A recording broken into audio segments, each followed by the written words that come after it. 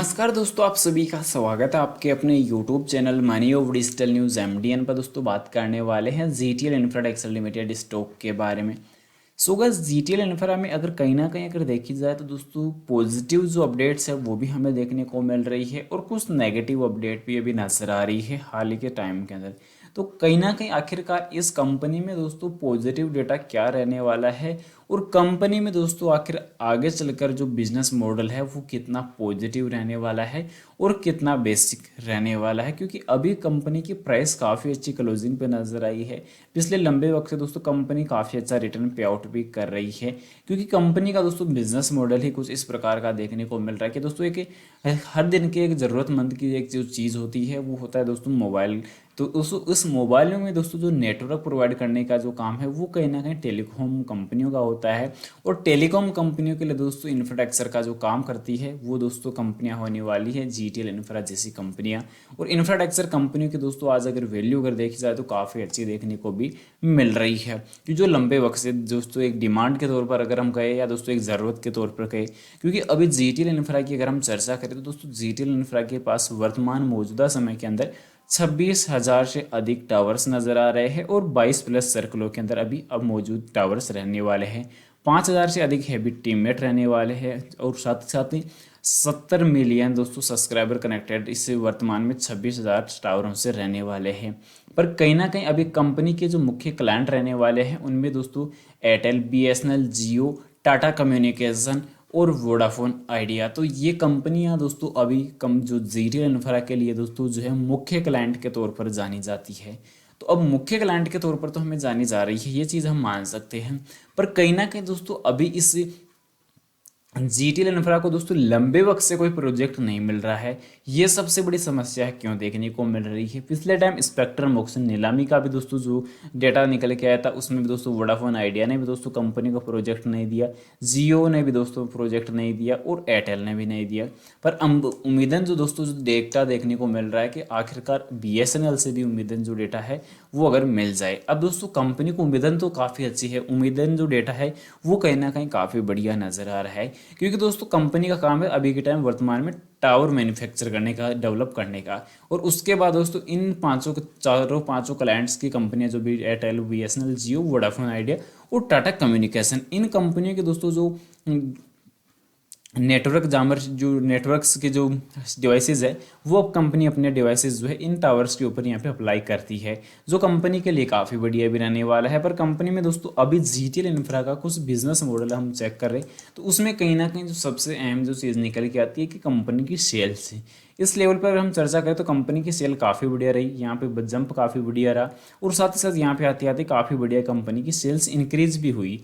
पर कंपनी के कुछ पिछले 5 सालों में से या 6 सालों में अगर चर्चा करें तो 1, 2, 3, 4, 5 और 6, पिछले 6 सालों के अंदर कंपनी की सेल वापस गिरती हुई नजर आ रही है। आखिरकार कंपनी की सेल्स में दोस्तों इतनी गिरावट आखिरकार क्यों, यह चीज़ सबसे बड़ी सवालात पे रहने वाली है।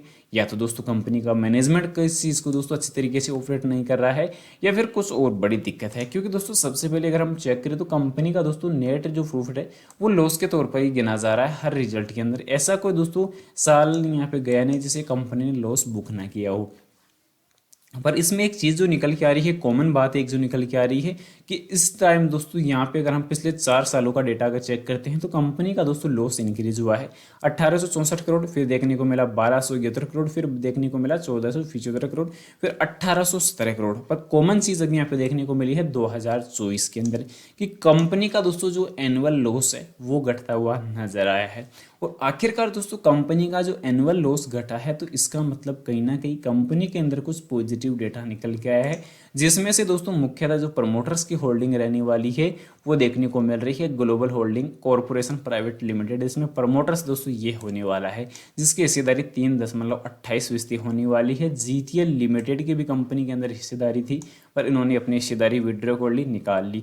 उसके बाद FI की इन्वेस्टमेंट, FI का डेटा अभी शून्य रहने वाला है। पर यहाँ पे हम चर्चा करें DI की तो दोस्तों DI की इन्वेस्टमेंट अभी काफ़ी स्ट्रॉन्ग नजर आ रही है, जिसमें दोस्तों यूनियन बैंक ऑफ इंडिया का दोस्तों अगर हम बात करें तो कहीं ना कहीं काफ़ी स्ट्रॉन्ग रहने वाली है। Central bank of India, bank of Baroda, उसके बाद अगर हम चर्चा करें तो इंडियन ऑब्जर्व बैंक के और कैनरा बैंक मुंबई, साथ ही साथ आईसीआई बैंक और life insurance corporation of India. सबसे ज़्यादा जो डीआई की इन्वेस्टमेंट है यूनियन बैंक ऑफ इंडिया की हिस्सेदारी इसमें काफ़ी स्ट्रॉन्ग नज़र आ रही है। पब्लिक की अगर हम चर्चा करें दोस्तों, पब्लिक का जो डेटा नज़र आ रहा है तो वो भी काफ़ी शानदार रहने वाला है। म्यूचुअल फंड की अगर हम चर्चा करें तो कंपनी के अंदर म्यूचुअल फंड का वर्तमान समय के अंदर दोस्तों इन्वेस्टमेंट नहीं है। ये चीज़ें कहीं ना कहीं देखने को मिल रही है। पर पिछले टाइम का अगर हम बात करें कंपनी के रिजल्ट्स के अनुसार अगर हम बात करें तो उससे पहले कंपनी की प्राइस एंड वॉल्यूम पर अगर हम चर्चा कर ले तो कंपनी का लास्ट एक वीक के अंदर दोस्तों नेगेटिव रिटर्न निकल के आया है 2.43% का।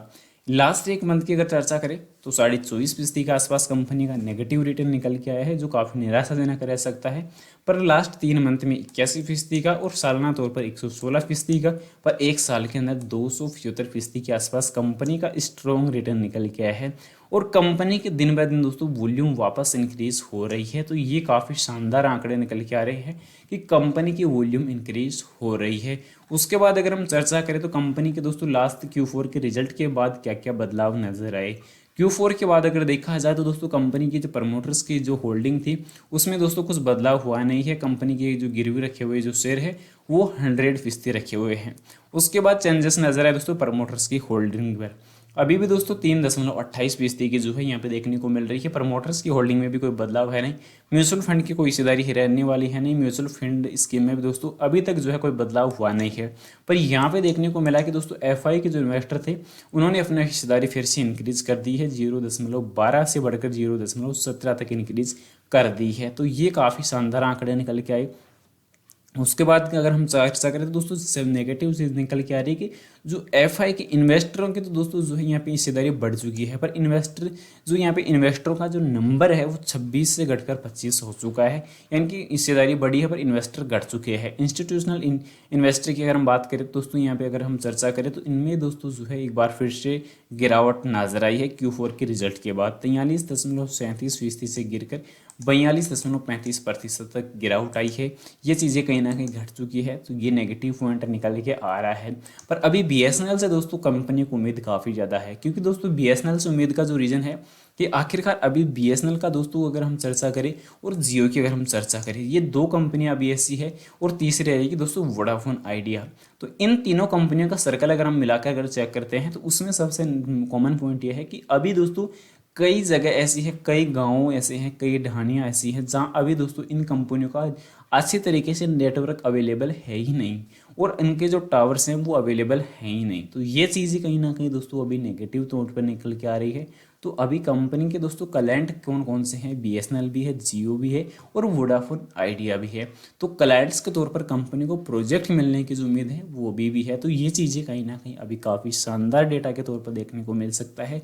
पर कंपनी का जो कर्ज सबसे मोटी समस्या देखने को मिल रही है और कंपनी के Q1 के जो रिजल्ट्स हैं वो 13 अगस्त को, लेटेस्ट Q1 के जो रिजल्ट्स हैं वो जल्द नज़र आने वाले हैं 13 अगस्त को। जो अभी कहीं ना कहीं हमें पेशेंस की जो रिक्वायरमेंट है वो रह सकती है।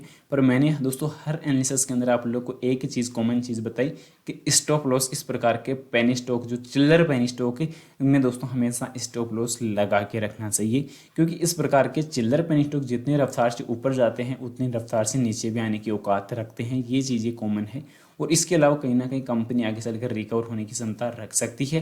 पर कंपनी का जो डेप्थ है वो कहीं ना कहीं अभी मोटा है। तो कंपनी ने पिछले 2 रिजल्ट जो नजर आए, लेटेस्ट के जो Q3 और Q4 के जो रिजल्ट अभी गए हैं हाल ही के अंदर, तो उनमें कंपनी ने 600 करोड़ का जो कर्ज है वो भी कम करने की कोशिश की है। तो पॉजिटिव डेटा निकल के आया है। तो फिलहाल दोस्तों उम्मीद करता हूँ जानकारी पसंद आई होगी। पसंद आई तो वीडियो को लाइक कर देना, चैनल पर नए हो दोस्तों चैनल को जरूर सब्सक्राइब कर देना और जानकारी को ज़्यादा से ज़्यादा शेयर जरूर से कर देना। और आपकी नज़र में कोई पेनी स्टॉक हो तो उसकी जानकारी कमेंट में पिन कर देना, एनालिसिस करके आपको जल्दी बता दिया जाएगा। मिलते हैं नेक्स्ट अमेजिंग वीडियो के साथ, तब तक के लिए इजाज़त दीजिए। जय Shri Krishna. Thanks for watching this my video.